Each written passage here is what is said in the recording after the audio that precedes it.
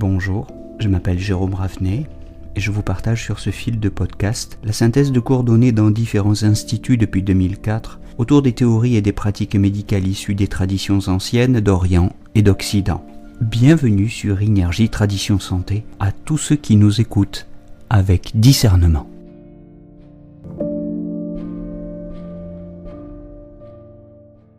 Parlons aujourd'hui du 42 Vessi, Poru, la porte des Po, le point numéro 42 du méridien de la vessie.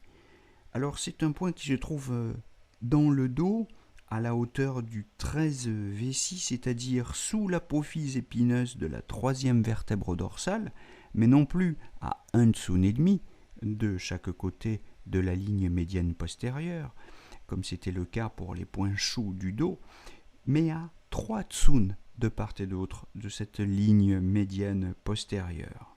C'est un point qui se trouve donc sur la deuxième chaîne de la vessie, comme on l'appelle, associé aux problèmes psychologiques ou spirituels. En tout cas, ici, on a un point qui est effectivement associé à l'esprit qui réside dans le poumon, c'est-à-dire le pro.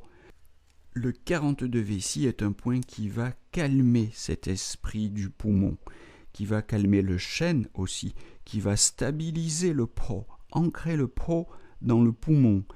On peut dire que c'est en ce sens un point qui va renforcer l'individualité, la conscience de soi, préciser les limites à la fois physiques et corporelles, psychologiques aussi de l'individu.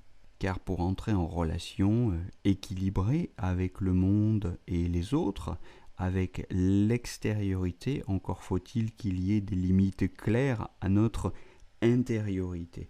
Et c'est à quoi va aider le 42 Vessi sur un plan psychologique et spirituel.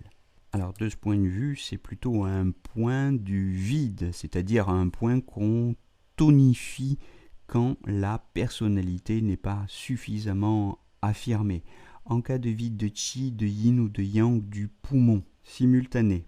Des situations de vide qui se manifestent sur le plan psychologique ou spirituel par la tristesse, la mélancolie, un sentiment de deuil, ou ce qu'on appellera dans le jargon de la théologie l'ascédie, le manque de désir. Manque de désir de progresser, d'évoluer spirituellement, de s'ouvrir, de s'élever, qui s'exprime ou se traduit par une espèce de vague à l'âme, un peu sombre. Bon, la mobilisation de ce point toute seule ne suffira probablement pas. Il faudra aller voir ce qu'il en est de la relation de ces pros avec les runes, avec le 47 Vessi, donc dont je reparlerai dans une capsule consacrée à ce point, bien évidemment. Le rune, c'est l'aspect le plus subtil de la conscience. Le pro, c'est son aspect le plus dense, au contraire.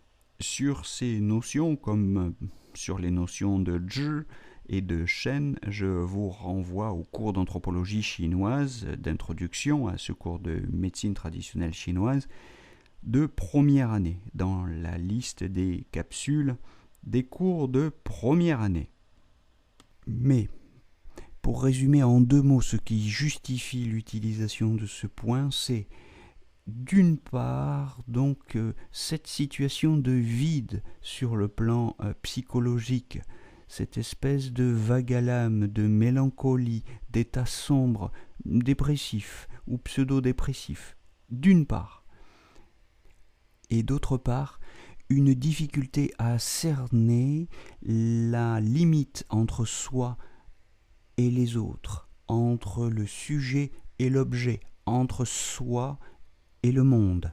Quand le patient semble projeter ses fantasmes sur les autres, ou quand il semble prendre pour lui des idées ou des influences ou des énergies qui sont celles des autres ou de l'extérieur, eh bien, dans tous ces cas où la limite de l'individualité n'est pas suffisamment claire, il peut être utile de l'aider par la poncture de ce point.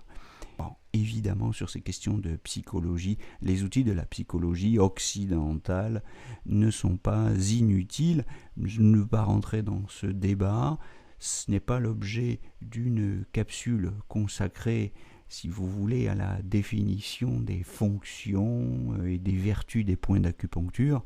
Mais enfin, il faut savoir que sur la psychologie et sur la psychiatrie, la médecine traditionnelle chinoise rencontre de sérieuses limites, tout comme la psychologie et la psychiatrie occidentale de leur côté aussi. Patience donc, mais cette patience n'exclut pas la persévérance. Et de notre côté, nous continuons d'étudier ces monographies des points d'acupuncture de la médecine traditionnelle chinoise. C'est tout pour aujourd'hui. Je vous donne rendez-vous très bientôt et je vous dis en attendant, belle journée à tous.